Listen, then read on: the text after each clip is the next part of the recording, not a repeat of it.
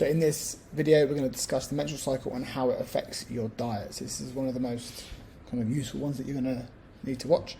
And yeah, hopefully there's a lot of things we can take from this and help you to understand why certain things happen, how we can manage it, and so on. So the effects of your menstrual cycle on your diet. So you have an increased metabolism. So naturally, so that means your body burns more calories per day during your period. So that is generally why you feel hungrier, because you actually do need more calories because your body burns calories at a higher rate for those 5 days. Obviously, we said before, it could be more, but around 5 days of the month, your metabolism is increased and therefore you can eat a few more calories. Because of that increased metabolism, you get an increased appetite, and that's kind of where the hunger and the cravings come from. And this lady here is eating a nice big sandwich, but there's a lot of green and vegetables in there. However, that's not always the case. We can often choose to have other foods that aren't maybe as nutritious. That's it. So it get an increased cravings and different cravings. So you might not naturally lean towards donuts and biscuits and cookies, but because your body is burning calories higher than usual, it wants to replace them quickly, you tend to go for different foods that give you that kind of calorie intake very fast. But also, where you're bleeding, it can also lead to decreased nutrients and minerals, most notably iron, which is obviously quite high in blood. So it's important that we can try and replace that with the food that we eat. So here we've got beetroot, broccoli, kale, potatoes, avocado, eggs, red meat, almonds and spinach. Other things there as well, but there are other ways you can get it in, but they're just some suggestions. But it's important to know that. So my sister, for example, loves to give blood. She's very passionate about it, but she sometimes has trouble doing it because her iron's so low. But knowing it and understanding how your period may affect that, if that's something you like to do, knowing that you need to include these foods more around within your menstrual cycle around your period is important to know. So increased metabolism and appetite. So like I said, this is one of the main things that we notice, especially when dieting linked to menstrual cycle. So we'll dive into it a little bit more. So we've got this picture again of the menstrual cycle, and the progesterone spike in the second half of the cycle. Sorry, that is where your appetite increases mostly, because the progesterone has that effect on you. So if we look at when this is, it's generally the week before your period is when it's the highest, which tends to line up with possibly and most likely when you feel like your cravings are at the peak of kind of strength and when you really want to give in to those cravings. So this is why this happens. The progesterone increases your appetite, increases your cravings, and it's kind of to blame for that. So good news is, because your metabolism is increased, you can have more calories. So reason to celebrate. One reason that I see a lot of women struggle with, and just find very difficult, is that they try and stick to their calories, their deficit calories, when they're going through their period, or when they're going through the menstrual cycle leading into their period. You can have more calories, and it's sensible to have it, because if you're already in a deficit and your body's then working harder on top, you're actually in quite a harsh deficit, and it's hard to stick to such low calories at that period. From a physiological level, like I said, you're burning more calories, so that deficit is now bigger, which is harder, with less energy and less nutrients. But also your cravings are higher, so it's also a psychological mindset battle to stick to your calories whilst your body and brain are saying, no, we need more.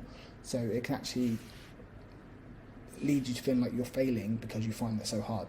But it's a natural thing, and if you understand that, you can allow yourself to have a few more calories. So you can actually have around 100 to 300 calories per day extra in that lead up towards your period. And so that depends on how heavy your period is at the time. If you're someone that struggles with heavy flow, or you struggle with the effects of your menstrual cycle quite heavily, you would lean towards a 300 calories extra per day. If your period doesn't affect you too much, or maybe you feel like you can handle it more, maybe you can go towards the 100 calories per day, but you have those extra calories to use. So if someone's offering you help, you say no, you can't then complain about it later. So if you've got this help available, you've got this option available, don't be afraid to use it. It's going to help you in the long run. Yes, you may consume more calories over those 5, 6, 7 days, but it's going to help you stay on track mentally and physically for the next month as well. So don't look at the short term and think, I can't have it because it's more calories than I actually need, I can get through. If it helps you to maintain that progress for the next 2 weeks, 4 weeks, 6 weeks, 8 weeks, you're going to get so much more progress from that than just digging your heels in and being stubborn for 3 to 7 days, because you don't want to have more calories. So you can have 100 to 300 calories per day, approximately. However, most women consume around 500 calories extra per day.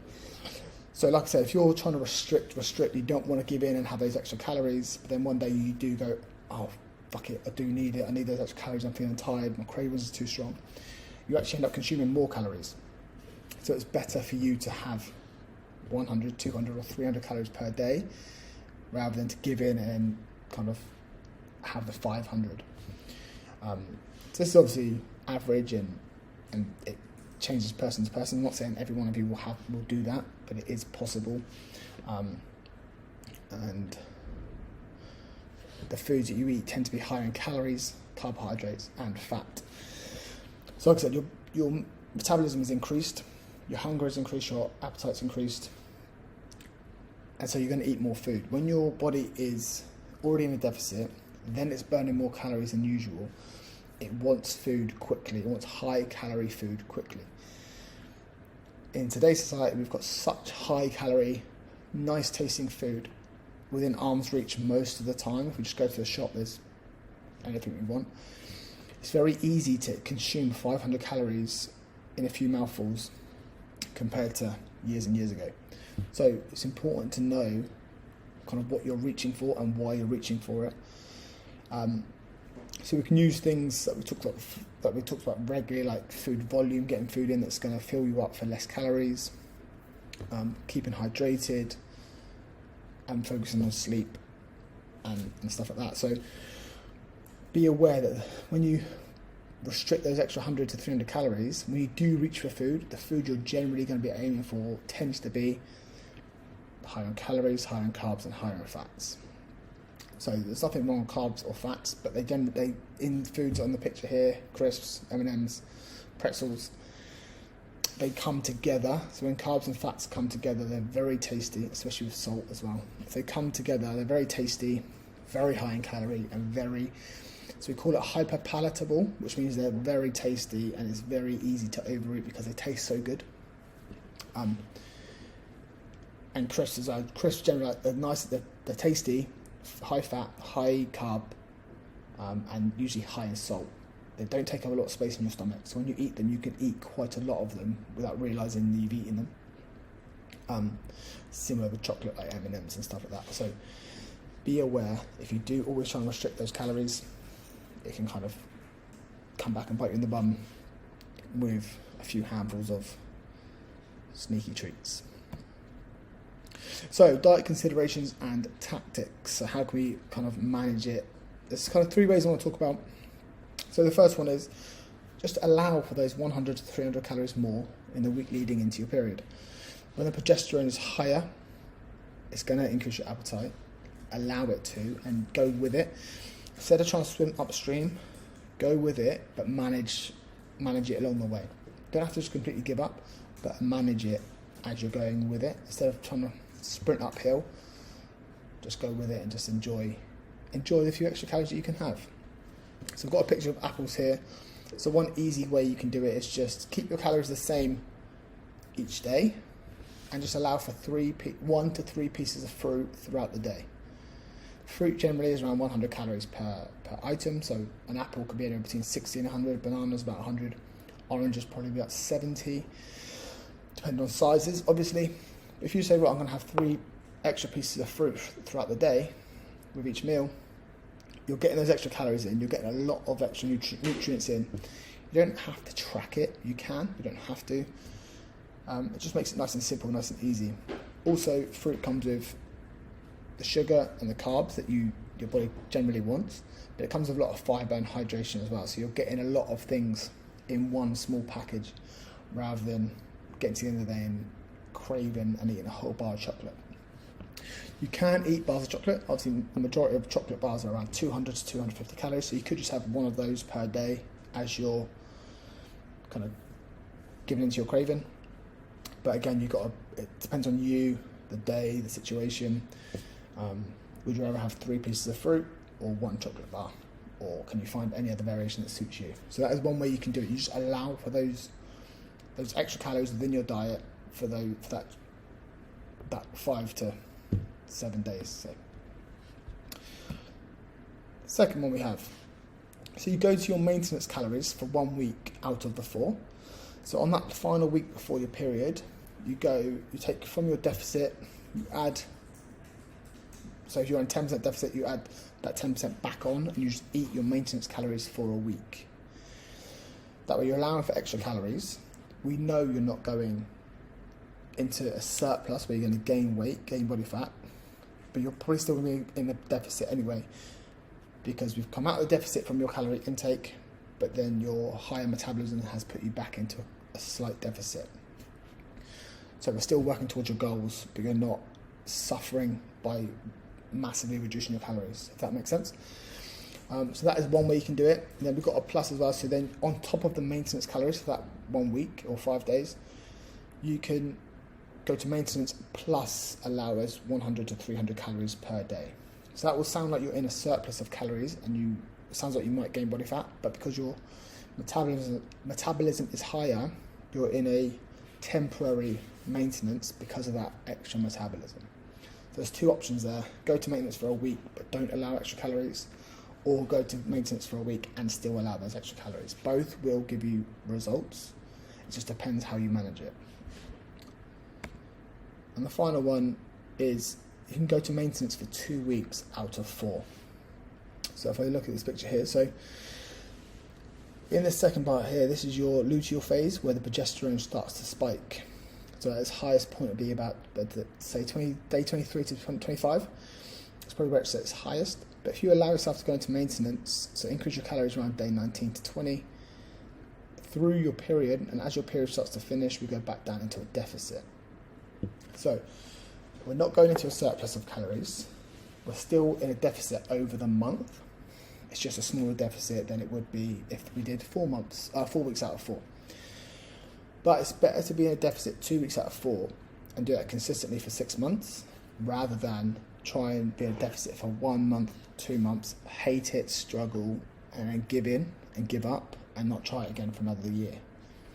So if you struggle with your period on the higher end of that scale we talked about earlier, this is a good option. Yes, your progress will be slower, but it will be more consistent, which is a lot better than stopping and starting every few months.